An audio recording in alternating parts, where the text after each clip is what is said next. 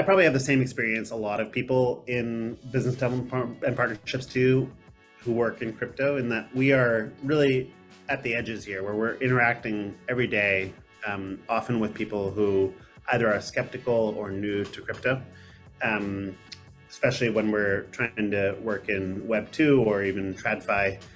And so one learning we have is to actually focus a lot on the products and the use cases and think about the end user and what is being enabled for the end user, and actually talk less about the underlying technology. Now, we always get to the technology and people need to understand why blockchain is better, but really for most people who are trying to achieve some short-term product goal on their side, they want to understand how this will impact their customers.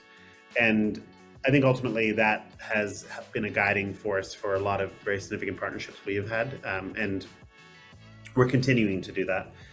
I think flipping over into sort of the Web3 world, there are a lot of, significant portion of my team does deal with Web3 and DeFi ecosystem players, and we brainstorm different use cases. I think it's really important for people to understand the end-to-end cost of transacting on any given network.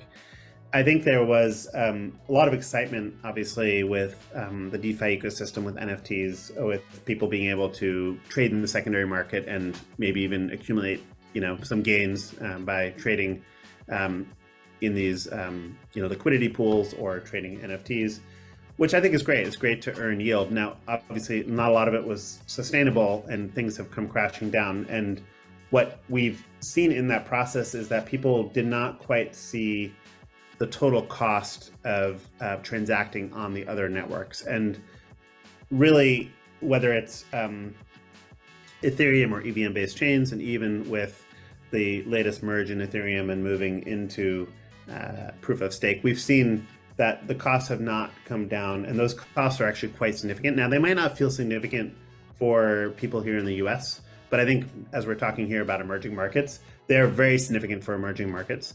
And so I think it's important for people, as they're thinking about building in DeFi, to think about, how accessible is the product they're building for a wider market. And what I would say is the next billion users, the next frontier of users who I think are going to be very interested in using digital assets for all sorts of things. And so we spend a lot of time talking about the end-to-end costs, and that includes, by the way, not only costs on network but off network in terms of on and off ramping, and any costs incurred by the wallet.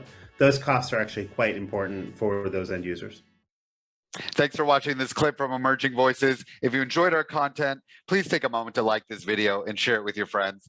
And to stay up to date with what's happening in Web3 from emerging markets, we produce a 5-minute, once-a-week newsletter recapping the week's Web3 news from Africa, Asia, Latin America, and Eastern Europe to help you stay informed and stay smart. Link to get access is in the description. And before you go, please subscribe to our channel. Thanks again, and see you soon.